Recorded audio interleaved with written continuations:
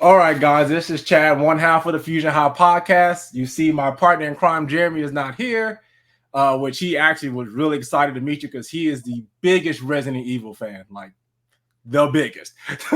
Oh man, and he couldn't make it? Yeah, no, he couldn't make it, but we'll definitely come see you this weekend for sure. Oh, awesome. Looking forward to it. So, if you could just introduce yourself to the people really quick. Hello, people. I am Maggie Robertson. I keep doing this joke when I record cameos to say that's my name, like Maggie Robertson. And now it's become habit, and I really had to now myself not to be like, "Hello, people. I'm Maggie Robertson." You're gonna look at the sign like, "Wait, what? Who? What? Have I been pronouncing her name wrong this whole time?"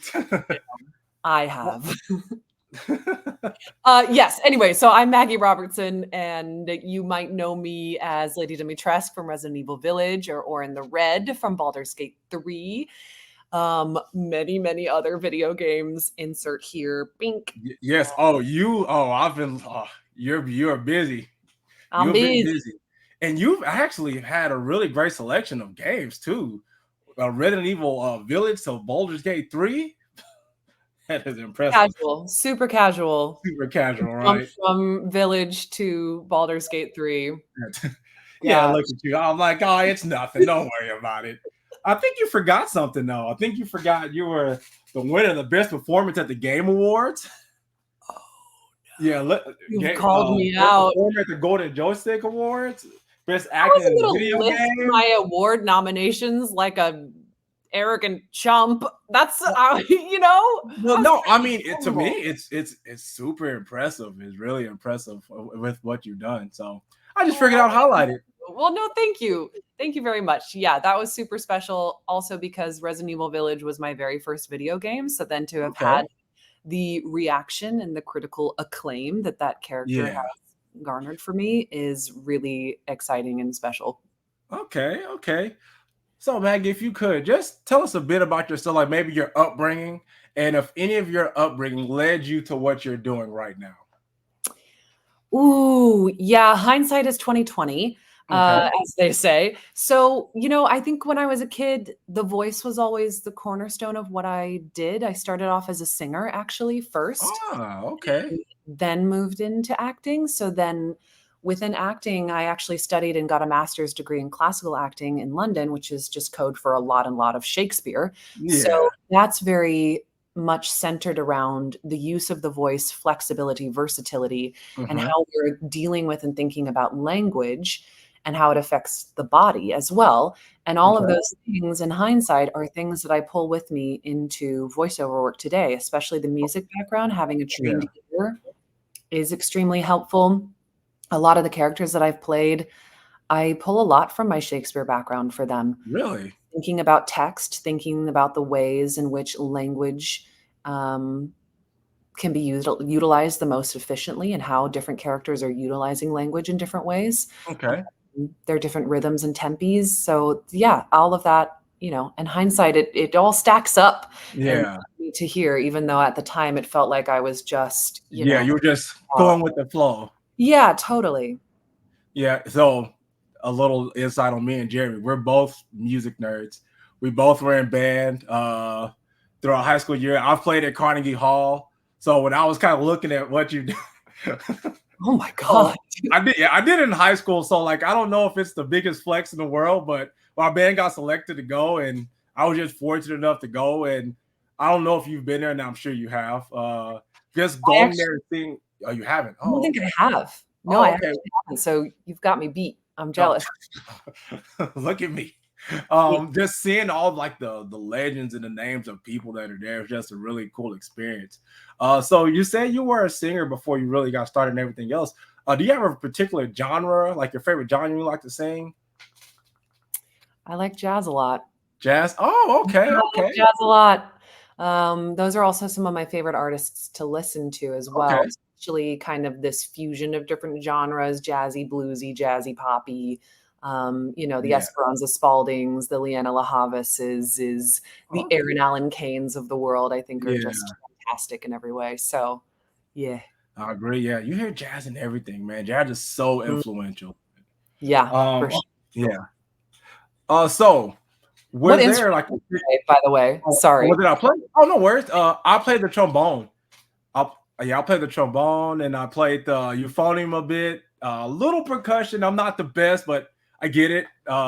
Jeremy, he plays the saxophone. Amazing. Have you ever seen Drumline?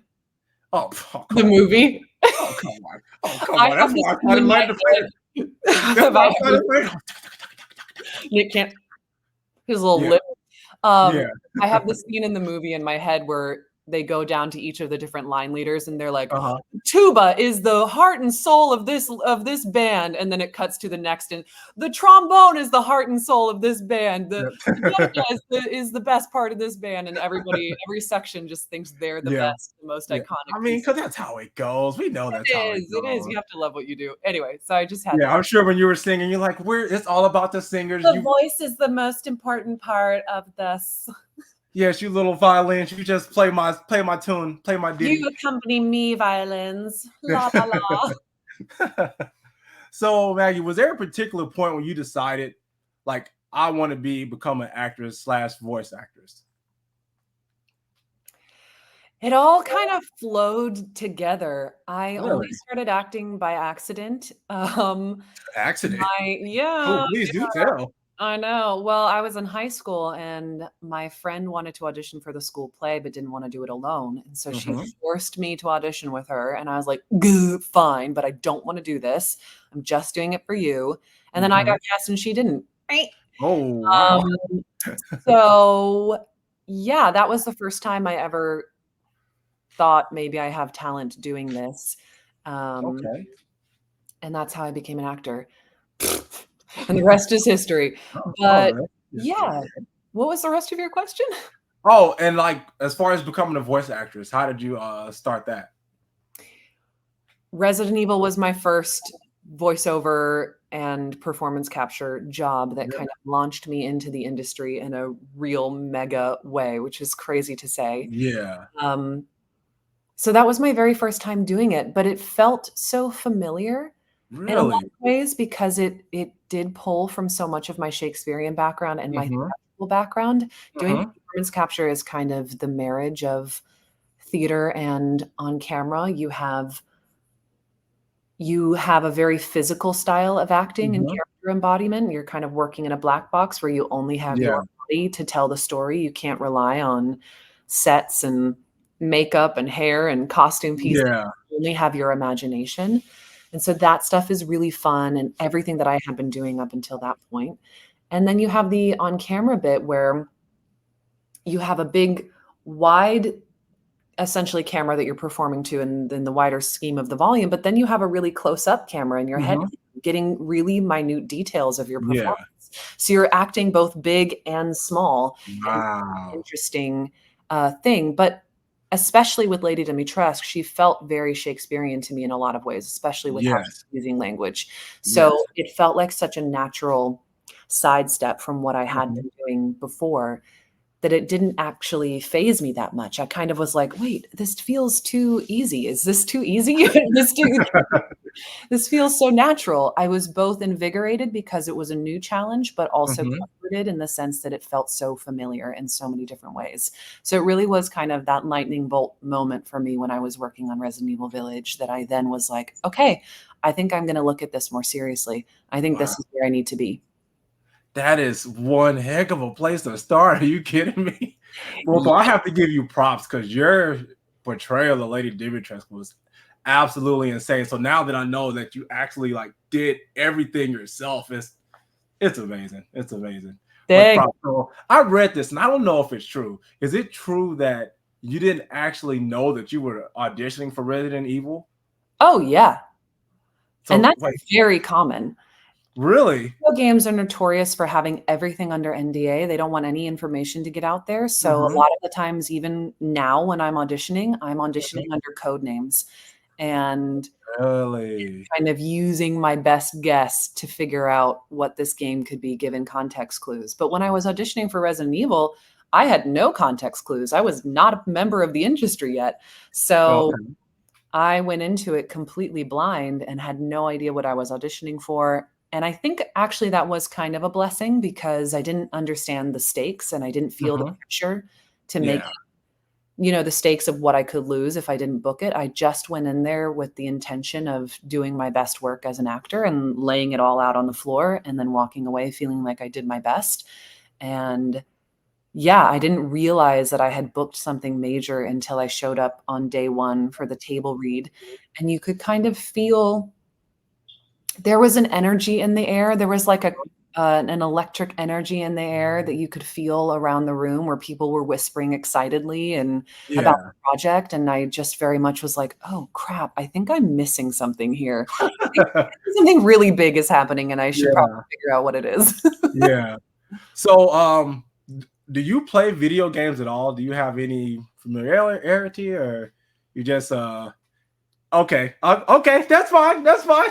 That's okay, it's okay. I get Why it. you gotta call me out like that? No, well, no, because I was going to ask you what.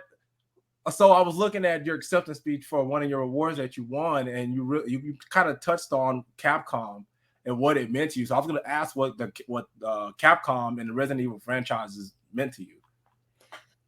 It's meant the world to me. It is the thing that put me on the map. It created a career for me overnight. And, I was an unknown before I went into that game. So they had some risk there by choosing to cast me as opposed to somebody else. And so I'm just endlessly grateful that they took the risk and gave me the opportunity, an opportunity that I was so prepared for based on all of my past training and experiences, but still a new factor, a new dynamic that, they didn't know already. So, they've just given me the world and they've opened up so many different opportunities. That game has opened up so many new opportunities for me since then. And that's the thing that's been so surprising. I knew the game itself would be a big deal, but I never expected my character within the game to be a big deal. And so it's just been so cool to see the ways in which that role, that game has branched out into all of these other opportunities across the board for me. Yes, because Lady Dimitrescu 2021 could not escape those memes. Not at all. Nope. When she first went viral, our cinematics director, Steve Kniebley, he texted me and was like, hey, just be careful out there on the internet or something. He said something like, I don't know. So we were laughing about it. Yeah. So how has that affected you? I know for sure there is no way of escaping it. Because I know on my timeline and on our podcast top, Dimitrescu was everywhere. It's interesting because when you do video games, these characters, oftentimes they don't look like you. And that's certainly the case with Lady Dimitrescu. She moves like me. Her facial muscles are my muscles, and she sounds like me, but she doesn't look like me. Yeah. So it's a weird, but ultimately I found healthy level of detachment and distance. Yeah. Okay. So that I felt like I was watching more so my child rather than me. Yeah. Watching this thing that I've created flourish and blossom and expand and grow into the open. So I didn't feel personally attached to any of that. I just was like, that's so cool. Oh, look at her go. Just kind of like neat. So yeah. Okay. So Baldur's Gate 3. I have to tell you, don't be mad at me. Don't just like hang up the interview. Don't just like click off. But I have not played it. I'm not gonna lie. The cinematics look amazing. So I was gonna see if there's one thing you can tell me about this game that's worth playing. What would that be? Me. Okay. Well, you know what? Hey, great answer. Great answer. No, you would have to put in the work to meet my character. It doesn't come in until a little bit later. Yeah. But I think Baldur's Gate is really special in the way all the characters in the game are so multifaceted and multidimensional, and so it makes it so interesting to play, and it's really about relationships. And I Yeah. love, and this is true with D&D in general, but you can do a variety of different playthroughs. So you can play the game over and over and over again and have a different experience each and every time. And also in terms of a game developer standpoint, that is so complicated.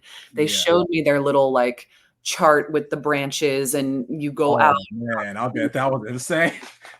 It's such a behemoth of a game, and Larian has done such a good job putting it together. And also, you know, one of the things I loved about working with Larian is that they are all nerds, and they play D&D, and they played the original Baldur's Gate. And so they're working on this. Yes, it's their job, but it's also their passion. And I think you can really see that come through in how they've built the game. And also every actor in it is just amazing and fantastic.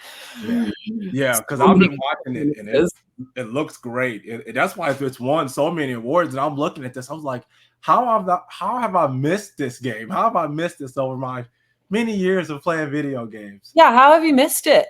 Yeah, come on, you got homework to do. I know, I do. It'll go to my other stack of video games that I need to play. But so, Orin the Red and Lady Dimitrescu, it seems like you have a thing for playing villains. So do you prefer playing the hero or the villain? Oh, Lordy Lord. You know, I do love me a villain. They're really fun because they're not bound by the same constraints of ethics and morality that hero characters are bound by. So that means as an actor that you can really investigate extremes and figure out why they are the way that they are. But also every actor, you know, I love what I'm doing right now. I think they're so super fun, but we're always looking for our next challenge. And so, you know, whatever the next role is going to be my new favorite one to do. Okay. So I know this may be a tough question, but if you could just give me one moment in your career that you're extremely proud of. Oh gosh. I'm sorry. I'm proud of myself for moving to Los Angeles after grad school because I was doing regional theater in the Washington, D.C. area. And originally when I had applied to grad school, I think I had the intention of I would go get that degree and then come back and continue to do regional theater and just excel in that. And over the course of my program, I realized that I was dreaming small. And by the end of the program, I was ready to allow myself to dream big and believe that I can achieve more than what I had originally just allotted for myself over here. And I took a risk, and I didn't go back to what I knew. I embraced change and the unknown and moved to LA and started to make it happen for myself here, and it worked out. So I'm really proud of myself for being brave enough to take the risk of the unknown and believe that I can do more than what I was allowing myself to do before. Man, that's deep, because I always feel like greatness is always in uncomfortability and in change, but it's one of those things like we have to get to that point, but it's always so scary. It really is. But like you said, you embraced it, and look at you now. Yeah, especially because this is such I can't think of words. My word is wibbly wobbly, timey-wimey career path. It's unstable. That's the word. This career path is unstable. So then it feels even more risky to take even more instability on and make a change. I knew I could succeed over here. I didn't know if I could succeed over here, and I took the risk. But it's scary, for sure. Yeah. So, like I mentioned before about the awards that you've won and been nominated for. So, me as a kid, I would watch with my parents like the Grammys and all these other award shows, and I'm like, man, where is the award show for me, the gamer? Like, I want to see my favorite games win an award. I never thought that I would see the day, and you've won several of them. So I would just want to know, like, how does that feel to win and be nominated and to even be considered for these prestigious awards that you've won? Totally surreal. that's how it feels. Also terrifying. Getting up to make a speech is terrifying. I'm much more comfortable playing a character than I am playing myself. You know Oh, what I really? mean? Really? Yeah. You're always just petrified. Oh crap, I'm gonna forget somebody's name to put in the Yeah. who do I need to thank? I'm gonna forget somebody and make a fool of myself. So all of that was terrifying, but ultimately very surreal and very rewarding. And yeah, it's a huge honor to be even in the running for things like that. And then Yeah. just felt like all of my hard work, all of the risks that I took, the sacrifices that I had made over the years had led to something worthwhile. Not that you need recognition, not that you need an award to feel like, oh, I'm a good actor, but it Yeah, but doesn't hurt. yeah, it definitely doesn't hurt. It's nice to It don't hurt. yeah, no, not at all. So, Maggie, do you have a particular? It could be a video game, a movie, whatever, or TV show. Do you have a dream TV show or a dream something that you would like to be a part of? Yes. Oh, what is it? I'm a huge Lord of the Rings fan. Oh my gosh! Oh, let's go! Oh man! Go. Oh yeah! So I'd like to be involved in anything related to that. Okay. I'm just saying, Amazon has a TV show. I'm just saying. I'm just saying it too. I'm just saying it Yeah, too. Amazon, you hear this? You hear this, Amazon? Amazon. Yeah. Where's Alexa? Alexa, hey, listen to this. Yeah. And I know you didn't ask, but I'm gonna say anyway. My show would be like a remake of The Office, but don't worry about that. If I had to pick a TV show. Okay. British or US Office? You know what? I want to go with the US. I do like the British Office. I do, but the US, man, it's my heart. That's right. Yeah. It's good. So it's crazy to see how all of those actors that really put a lot of those people on the map, and then to see they've all transitioned into such great roles. So cool. Yeah, that's same with going back and rewatching. I don't know if you watched Veronica Mars back in the day, but going back and rewatching those episodes, you're like, oh my God, Jessica Chastain, what are you doing here? There's so many cameos of famous people now that was the beginning of their career, and that's one of the dreams of the Hollywood dream is that you start somewhere. People think you just came into being overnight as an overnight sensation when you become successful, but actually you've been laying those foundations for years and years before then. And it's just cool to see that, we all started somewhere. We all started booking co-star roles or guest star roles somewhere. Yeah. So let's say you're on Resident Evil 37. You've done everything you could. You're on the island, you're relaxing, and you're just like, I've done it all. What do you hope to have accomplished by, let's say, like close to the end of your career? Like, what is something like, what do you want your message to be for the world? I don't know why I struggled on that, but what do you want your message to be? That's a big question. I'm sorry. Big. Well, because when me and my friend, when we do this podcast, like our message is like we just want to be with people, like-minded people that are like us. That's why we really enjoy going to these cons that we go to, because we get to meet like-minded people and talk to celebrities and great people such as yourself. So I think it's just fellowship, and I know it's to us. Fellowship. You said she's a Lord of the Rings fan. Let me put in a little fellowship in there. Oh, dang, I didn't even catch that. I'm good. I didn't even catch that. I probably no, play it off. You meant to do it. Just I did. Yeah. For you. I love that. I think my values are pretty aligned. I love collaboration, especially with friends and people that I want to lift up and help, send the ladder back down and create good work with. So I think moving forward, I'm very interested in projects that I'm creating on my own. And I already have some works with some friends that I'm excited about. So yeah. And then in general, I think in terms of legacy, I think we have space in our lives and in our media for a much larger range of stories being told. And Okay. we can continue to make more space for new types of stories, new characters, new things. I don't know that. And then also just like be yourself. Don't be anybody else but you. Yeah. Anyone. That's the best advice that could ever be given to anybody is to be yourself. Do things your way. Like Faith says, right? Do it your way. So I just have one last question and we'll get to talking about some Comicpalooza stuff. So another hypothetical. It's Friday. You've acted, you've put on acting clinics all week long. What do you like to do in your free time?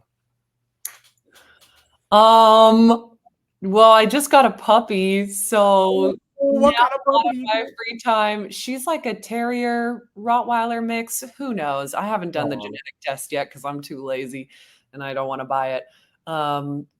But she's a little goober, so that's taking up a lot of my time and attention now. And I really like animal behavior, thinking about all of that. And I'm enjoying the training process, and I like getting to go on walks and go to parks and romp around. So that's been fun. And I hang out with my friends, or I'll listen to music and dance around, or I'll play music and dance around, or I'll sing music and dance around. So dancing and puppies. Dancing, yeah. Yeah, I love puppies as well. I have a Yorkie and I have a Australian Malinois mix. My wife did the DNA test, and he's that and every other dog in existence. He is mixed with so much.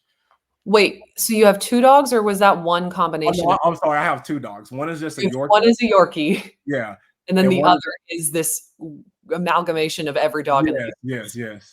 Yeah. Fun. Wow, Malinois, their work. Yeah. Oh, he's the best, but he could be a little much sometimes. Yeah, I'm surprised he's not going crazy outside of my door right now because he doesn't have access to me. I'm very surprised that he's not doing that. So let's talk about Comicpalooza. So you say you're going to be here May 25th and the 26th? Saturday and Sunday. Saturday, Sunday. Okay. What are those days? I think that's May 25th and 26th. You're right. You are correct. 25 and 26. Like I said, yes, I'll be there at the 25th and 26th.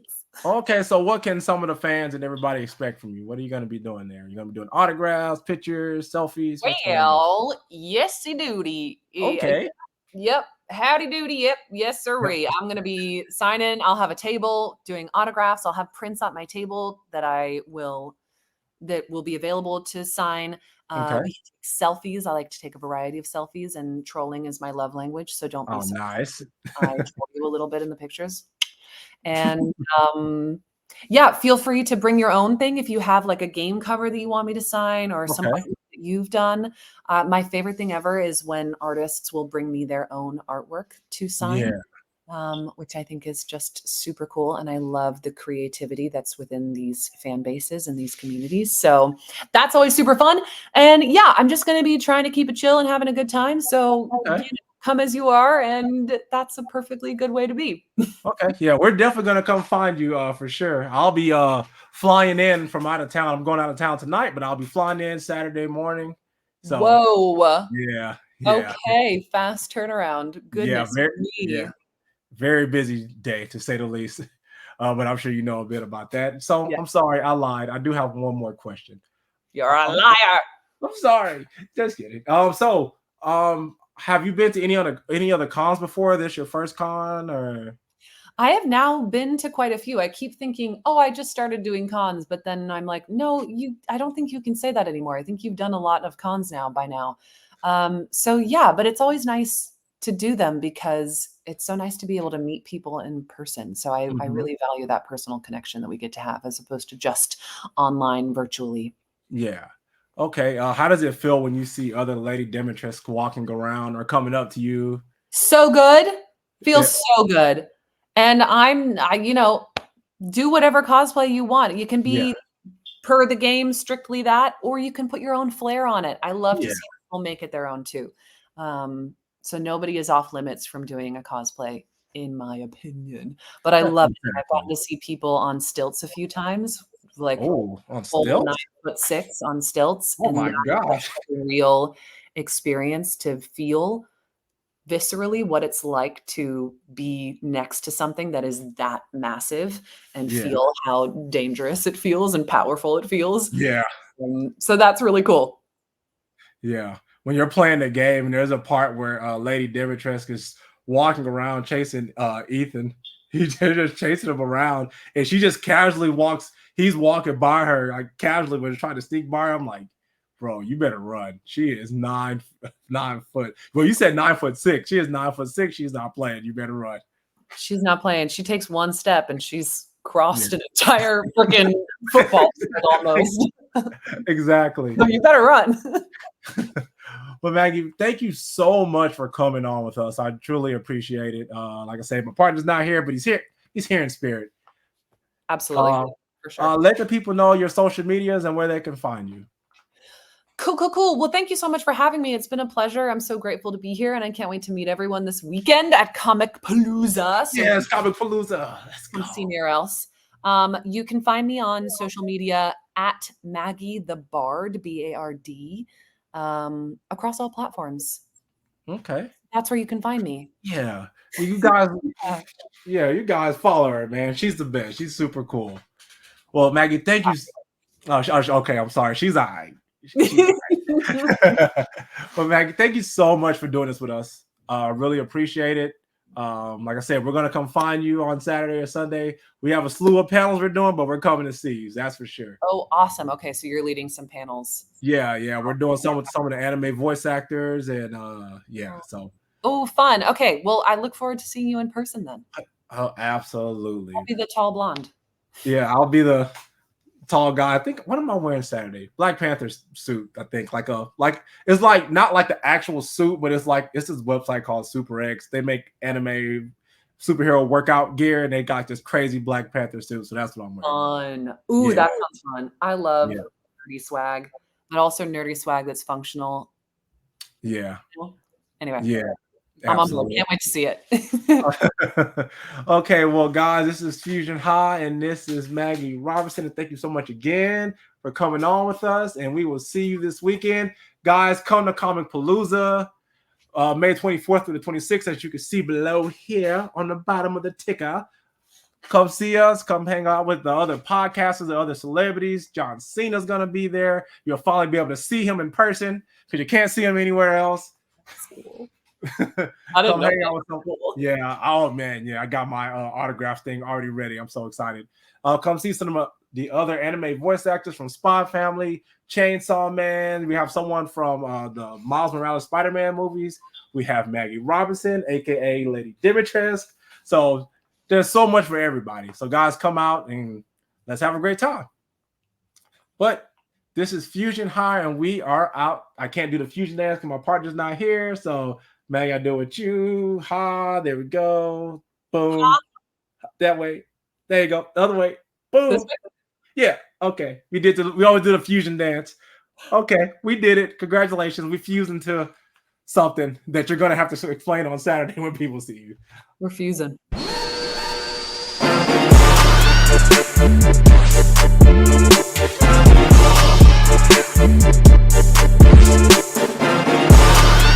Thank you.